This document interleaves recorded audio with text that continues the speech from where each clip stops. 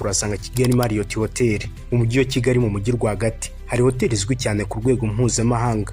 Kigali Marriott Hotel ni imwe mu mahoteli inyenyeri 5 azwi cyane mu Rwanda. Icungwa na Marriott International, imwe muri kompanyi zikomeye ku isi mu bijyanye n'amahoteli. Yafunguye mu mwaka 2016 nyuma y'umushinga munini watwaye yasaga miliyoni 80 z'amadolari y'Amerika. Yubatswe na sosiyete y'Abanyarwanda ya New Century Development, icungwa na kompanyi mpuzamahanga n'ubundi ya Marriott International, ifite amahoteli menshi ku isi. Iyi hoteli ifite ibyumba birenga 250, ifite kandi ibyumba binini by'inama hakunze kubera inama mpuzamahanga n'ibirori bikomeye. Harimo piscine, ikigo cyita ku mubiri no kuruhura, ikigo cy'imyitozo ngororamubiri ndetse n'amaresitora atanga amafunguro atandukanye. Kigali Marriott yakira abayobozi bakuru b'ibihugu, abashoramari n'abitabiriye inama mpuzamahanga zitandukanye. Aha ni hamwe mu hantu hafatiwe ibyemezo by'ingenzi byagize uruhare mu guteza imbere ubukungu bw'u Rwanda. Iyi hoteli yanahaye akazi Abanyarwanda benshi, ibafasha kongera ubumenyi mu kwakira abashyitsi no gutanga serivisi zo ku rwego mpuzamahanga. Yagize uruhare rukomeye mu guteza imbere ubukerarugendo no kongera icyizere cy'abashoramari bashaka kuza hano iwacu mu Rwanda.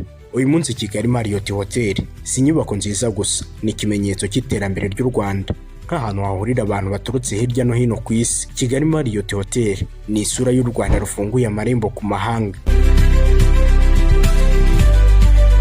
Umutima wa Kigali Marriott Hotel ihagaze nk'ikimenyetso cy'urwego rwiza igihugu cyacu kimaze kugeraho. Ahari urwego rw'ubunyamwuga, icyizere n'iterambere rirambye. Ubuhangange bw'iyi hoteli burayiha ububasha